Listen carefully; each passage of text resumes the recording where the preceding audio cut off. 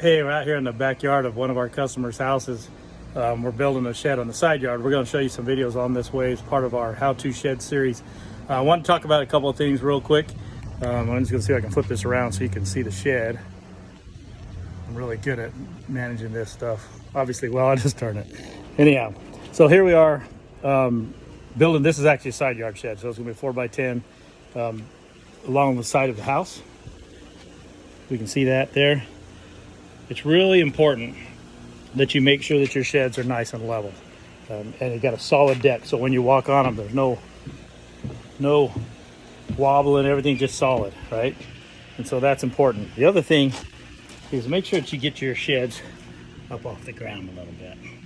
So you don't want them sitting right on the ground. You want a little bit of air to breathe underneath them. So if you're using pressure treated lumber like we are, make sure that they breathe just a little bit. So in this case, we're using the LP Smart Trim, and we've painted it and stick it underneath there. Sometimes we're using concrete block.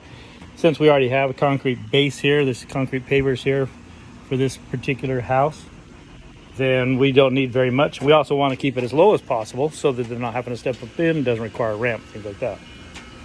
Also notice how close we are to the house. This is exactly 3 inches. 3 inches to the house. You're not going to be able to get it much closer than that because you're going to have your drip edge on top. You're going to have some offsets. So place for your shingles. 3 inches on the ground is going to end up being about 1 inch up top, and that's about close enough.